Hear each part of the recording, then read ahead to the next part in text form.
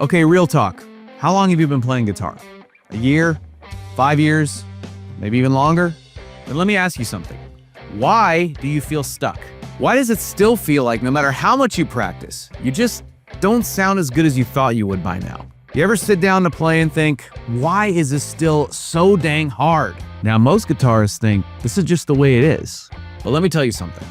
That is the lie that is keeping you stuck. So here's the problem. And this is going to change the way you think about guitar forever. A lot of guitarists can get stuck because they put all their focus in learning how to play things, and oftentimes they're not even at the level they need to be to play those things, instead of putting in the time to train their hands to do what actually matters. Now, what do I mean? Let me show you.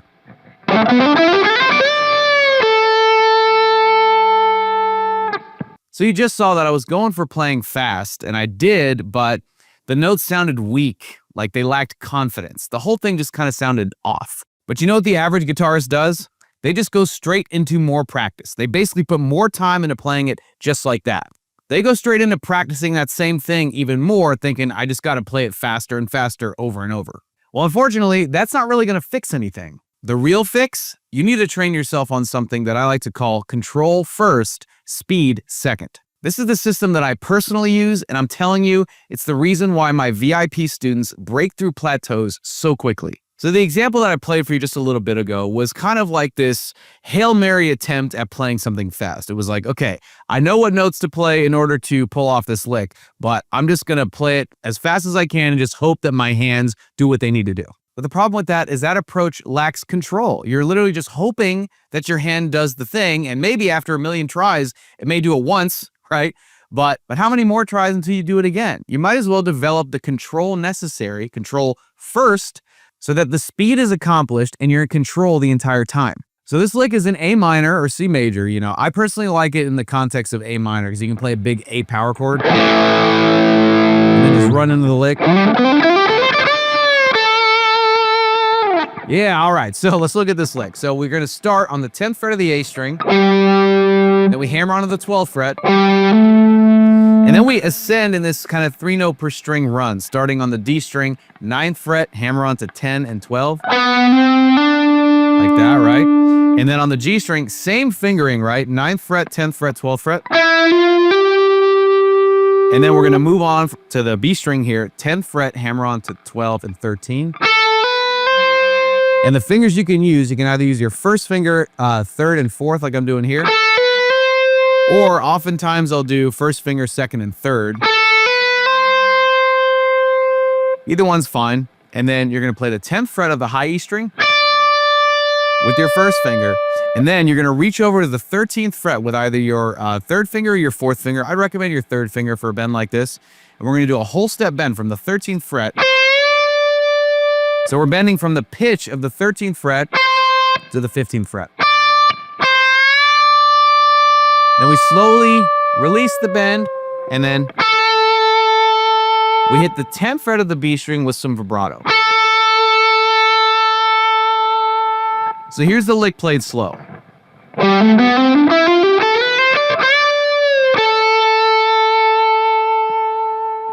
So it's one of those licks that, you know, it's got a lot of notes in it, you know, and of course it ends in a nice, fun, sort of epic bend, right? But there's all this opportunity to play fast, right? Especially with that ascending 3-note per string part of the lick. So let's take a look at how we can do this in a way that's clean and in control. First things first, we got to look at how we actually place our fingers, because we want to practice what's called economy of motion, meaning we don't need to put too much effort in the movement of, let's say, our fretting hand more than we need to, right? So, for example, I've seen a lot of people play, especially like, you know, intermediate guitar players, you know, that are getting into, let's say, the 3-note per string scale pattern and stuff. And what they'll do is they'll kind of like flail their fingers like that, right? Which is like, first of all, that's a huge red flag that, you know, that basically shows there's no control going on, right?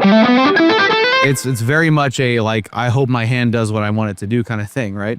And it's like all this motion, all this movement that's just draining your energy slowly, right? But it's draining more energy than you need. Whereas if you were to place your fingers closer to the fretboard as you ascend like this,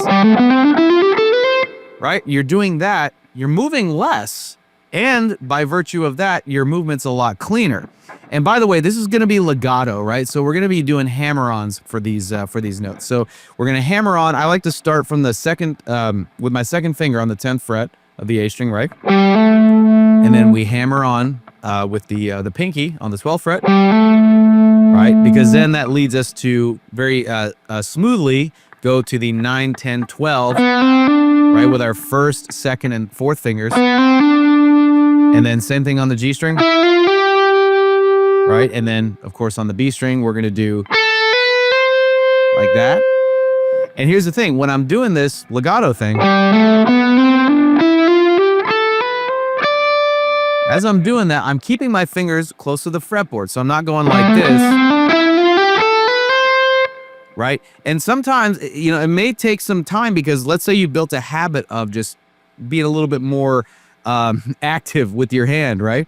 You want to try to just calm things down a little bit and slow down if you have to and just move through this. By the way, as I'm doing these hammer-ons, I'm just picking the string once and then hammering the rest, right? That's kind of the essence of accomplishing legato on guitar. So it's like pick the string once and then do the hammer-ons. Right? And I'm keeping my fingers close to the fretboard. And by the way, how I'm ascending this, think of it in terms of triplets, right? We have triplet, triplet, triplet, triplet. So it's like 1, 2, 3, 1, 2, 3, 1, 2, 3, 1, 2, 3. So that way it helps just like sequentially look at all of these notes and then just kind of, you know, compartmentalize them in these triplets. It'll make it, you know, flow a little bit better. Triplet, triplet, triplet, triplet. And we're doing minimal picking, right? We don't have to alternate pick this. In fact, I wouldn't recommend it because it's, at least for me, it's harder to play a fast alternate picking these like, you know, odd number of notes, right? So we're just going to legato it. And then, you know, of course, if we focus on the placement of our fingers, keeping them close to the fretboard, the next thing that really helps with legato is muting with our picking hand. So what I recommend is you take what I like to call the stake of your palm, right? The side of your palm, and you're gonna rest it right where the strings meet the bridge on your guitar. So we're not gonna be doing palm muting per se, but we're gonna be doing this sort of loose sort of muting thing where we just anchor our hand to the guitar like this, and just by keeping it there, we're mitigating a lot of the extra noise. So, if, you know, because otherwise if we were doing it like this, you get all this extra string noise that you don't want, right? So you're gonna keep your palm there, and you can even mute it if you want to. It gives it kind of a percussive effect.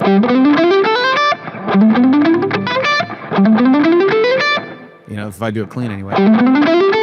You know, so that works too. But if you want to do it like full wide open legato, then you just kind of like release the amount of like, you know, however much you're resting your palm on the bridge, so that you can let the note sustain a little bit more, right? And then just from those two elements, right, those two techniques of muting with your picking hand and keeping your fretting hand fingers close to the fretboard, you're already going to set yourself up for playing that particular ascending run nice and clean. And of course, it's going to take practice. The practice never ends. Like, I will always be a student of guitar. I will always be practicing. There's always ways that I can improve. And that's the beauty of it, right? I'm more interested in the journey than the destination, frankly. But of course, when we're trying to accomplish goals, specific goals, achievements that we're trying to unlock, right? We got to think about these techniques. We got to think about what's the most efficient way to actually accomplish this so that I am more in control first and then worried about the speed second. So that being said, as you're practicing building that control, don't worry about speed yet. Practice it painfully slow if you have to, just focusing on those two things, keeping your fingers close to the fretboard and then gently muting with the palm of your hand on your picking hand. Or even slower if you want. Especially if you want to count out those triplets to yourself, you know, triplet, triplet, triplet, triplet. Now with those two techniques helping out with the fast part of the lick, right, let's talk about the bends. So after we hit this last note, the 10th fret on the high E string, we're going to go right into this whole step bend on the 13th fret of the B string, right? We're going to hold it for a little bit and then slowly release it for this kind of dramatic effect. Almost like the bend, like the note is sighing, right? And then you resolve it with that 10th fret on the B string, that root note, right? That's an A note right there. So with this bend, okay, notice how I'm not bending like this. All right. I've seen guitar players do this where it's like they bend, they try to use all the force of one finger when they got all these other fingers that can help them out on their fretting hand, right? Or yeah, their fretting hand. So check this out, right? When I'm doing a whole step bend, especially like something like this, I'm going to take my, like the next finger on my hand, right? Which in this case would be my second finger, the middle finger, going right behind the third finger. So when I do this bend, I'm actually bending with the effort of two fingers. So it's doubling the effort. So all of a sudden, the strength in the bend is much more secure, and it can help me control things a lot more, right?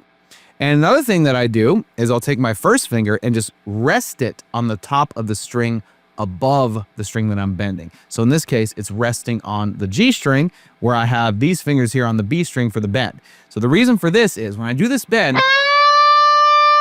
you can potentially get your fingers caught under the strings, right? So it really helps to mitigate that with the first finger being there. And again, I'm not fretting the note like I am with this one. I'm just resting it on the string above as like a buffer, right? So I have the efforts of three fingers doing what, you know, I technically would want one finger to do, which is, or, you know, just bending that one note, right? And not even, you know, it doesn't even stop there. With your thumb behind the neck, what you can do is, if let's say you like to use thicker strings, or let's say your bending technique, you're still building the strength in your hands, you know, for bends like that. What can help is with your thumb, you can like almost like it's like you're bringing these fingers together. It's like you're pinching almost, right? You're pinching with these two fingers, and your thumb is also kind of pushing against the neck, or like, let's say the shoulder of the neck of the guitar, so that it's like they're trying to meet at a certain point, right? And that's helping you kind of clamp down with your fretting hand. So again, you're using even more strength from your hand to accomplish that bend. And with all that, you literally can't lose when you're trying to do a big bend like that. And this bend has no vibrato, so we just hold that bend and then we slowly release it. Now, the releasing part might even be a challenge because we're releasing it slow. We're not just like letting gravity do the work. We're like slowly letting up on the pressure of the string, which requires control, right? You gotta have control over the bends, over the strings, you know, I mean. And then we conclude it with a nice sustainy vibrato note, right? That root note there. So 10th fret on the B string. Now, naturally what I like to do is kind of like the Eric Clapton vibrato, where my hand just kind of opens up and I'm just sort of like bouncing it underneath the fretboard, right? You could also do the B.B. King style vibrato, which is more like this, where you fan these fingers out and you're doing this sort of like radial motion, like it's like a kind of like a, rather than just straight up and down, it's more like this, like a semicircle, right? Either one's fine. This is just, the Clapton one is just kind of what comes naturally for a bend like that. And even that part of the lick is great on its own. Just, it's emotional. You can really like hold that note out if you want to. Test the sustain of your guitar, you know. I love bends like that, you know. What I like about this lick is it has the speed part and it has the emotional part, right? It starts with the speed and then it ends with the emotion. So it can scratch that itch if you want to play something fast, and if you want to play something emotional, you got them both in this one lick. So with these little tweaks, right? Like keeping your fretting fingers close to the fretboard, gently muting, you know, with the stake of your palm, and you got with those bends, just like enlisting more of your fingers to, you know, accomplish that bend, and then do the really nice, you know, vibrato to add some nice emotion and some vocal quality to your notes. With all those little tweaks, you're already going to put yourself in a position of being much more in control of what you're playing. So when you apply all this stuff and you accomplish that lick, no matter what speed it is, even if you decide to play it really slow or as fast as you possibly can, you know, you're able to maintain that control, because the control comes first, right? And the speed comes second. So as long as you're in control, no matter how fast or slow you're playing, I mean, it's going to come off very professional, very much intentional. And that's really what you want. You want to look like you know what you're doing, right? And, you know, inside the Guitar Master Method VIP Club, we go really deep on this stuff, because it's the stuff that actually makes you a better guitar player. Now, look, I'm biased, obviously. I want you to join me and my team inside the VIP Club. And I can be biased because I've got more than 10,000 VIP members who would back me up and tell you the same thing. I mean, there's a reason people say that it's the best damn guitar community on the planet. Their words, not mine. But look, whether you join us or not, just do me a favor. Stop practicing the wrong way.